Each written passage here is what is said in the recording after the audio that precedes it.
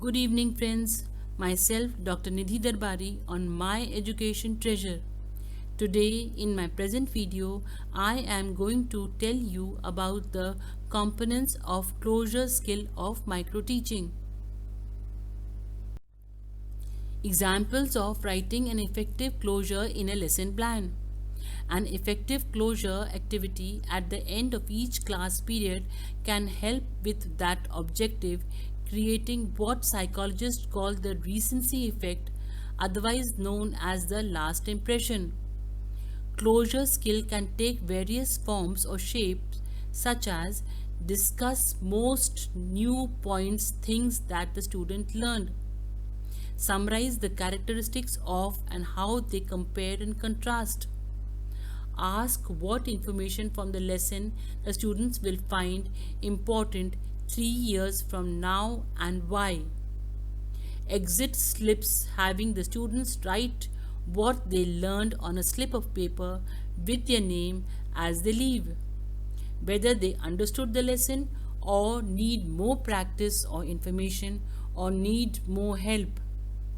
Ask students to summarize the lesson, to explain to someone who missed the class. Write several yes or no questions from the lesson and pose them to the class for a thumbs up or thumbs down. Question students on the major points of the lesson. What one thing did you learn today? Give the students exercises or problems for the necessary solution.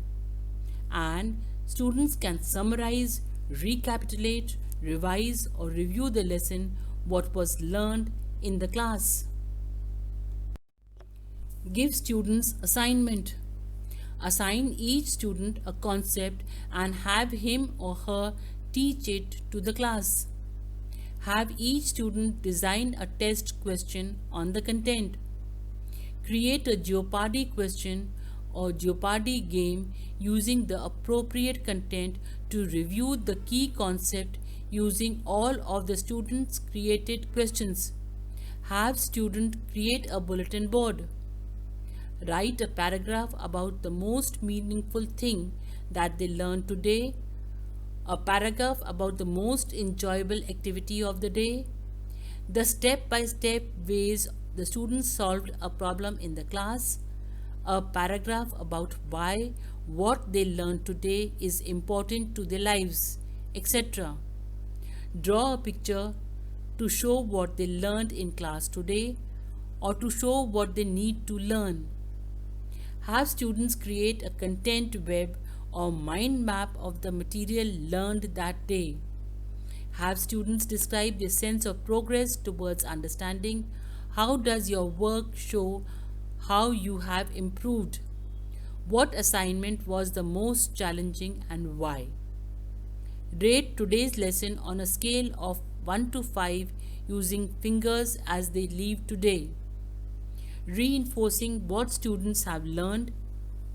The think, pair, share strategy can be used where each student shares with a partner one thing they learned in the lesson and or something that they still don't understand. Then students can share answering one another's question. If you found the video to be informative and interesting, I request you all to please give a like to my video to motivate me, share it with others and subscribe it so that whenever I upload a new video, you will get a notification. The components of achieving closure skill. In closure, the teacher can consolidate the main points by putting a few questions based on the topic taught. The questions should be logically linked to cover the whole lesson as summary of the lesson. He may use charts, models, diagrams, etc. for consolidation of the lesson. The questions may be oral or and written by using non-verbal media including experimentation. The student can use this situation of what they have learned during the lesson in solving the problem in a new situation or in different situations. The various components of the skill of closure are consolidation of the major points, providing opportunity to apply new knowledge to new situation or different situation, linking previous knowledge to new knowledge and new knowledge to future knowledge among the students, and homework or assignment. The first point is consolidation of the major points by the teacher and the student. The teacher should consolidate the major points of his presented content and present it in a unified form at the closure. It helps in remembering important points of the lesson. This can be done by recapitulation and by preparing Blackboard summary. Blackboard summary can be prepared either by the teacher himself or with the help of the students. The teacher should prepare the Blackboard summary with the cooperation of the students, which will keep the students active and attentive. Consolidation of the major points, understanding all the points, and seeing the lesson as a whole unit with a new meaning. The teacher comes to know whether the student have understood the lesson, how much difference is left between the objectives of teaching the lesson and the understanding of the students, and can rectify that if he uses this skill.